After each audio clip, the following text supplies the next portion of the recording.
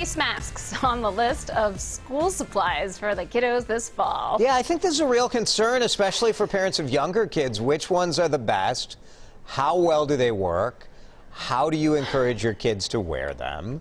This is something teachers are certainly going to be dealing with. And I know, Heather, you've done a lot of experimentation with your own kids trying to figure out which masks they're most comfortable in. Right. I mean, I think I've probably I've ordered at least 5 to 6 different types of masks, and some of them work pretty well. Some of them don't work at all for them.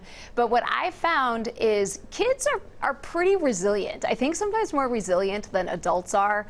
And we had their masks on them all day long one day. We actually were able to get into the Children's Museum. If you get an appointment there, you can go in now. And they were great. They kept them on all day long. So we've been trying to practice a little bit, because that's what the experts tell you, is you have to practice with these little ones. And we have these sort of this week or two before some of our elementary kids go back to in-school, so it's a good time to practice. Liz Collin did a story yesterday where she spoke with a pediatrician over at M Health Fairview.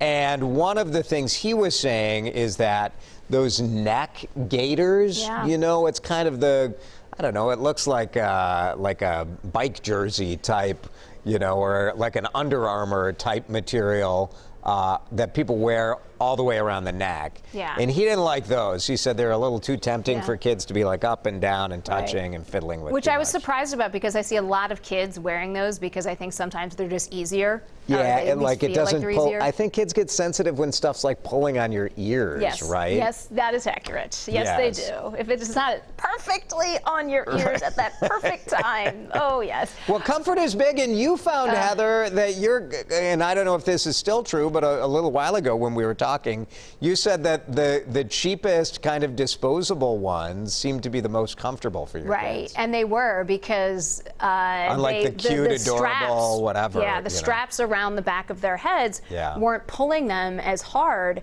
But I also found, you got to find the right disposable ones. We got a batch where the earpieces kept falling off. And so, what the school is asking, because my little ones are small enough that they're going to be going back in person at least part-time, and they've asked to have 2 masks when you go back, 2 new masks each day, and so we found at this point that having these disposable masks might be the easier way to go to them. Our issue also is going to be, do they lose them? Should I have people put lanyards there? Oh, that's not a bad idea. Around their neck, so the kids don't lose them too.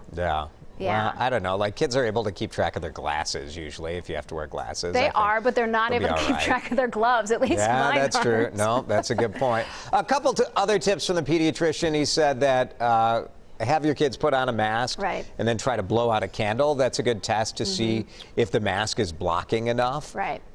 Because we've seen, as you indicated with some of those throwaway masks, some of the quality varies, right? So what I did too is, if you look on Liz's Facebook page, or you look on a lot of these sort of parenting blog Facebook pages, you'll see what masks people like for kids. And so I actually went all through Liz's comments to see, I haven't tried this one, I haven't tried this one. Does it just leave you more confused? Sounding like going to a parenting blog sounds like a nightmare to me right now. It is. It 100% is. Yeah, this is where you live. Just stop reading the blogs. No, I'm very specific in what I'm looking for. We're going to get there. We're going to get there. It's going to be fine. The kids are going to be fine. The teachers will figure out how to enforce it.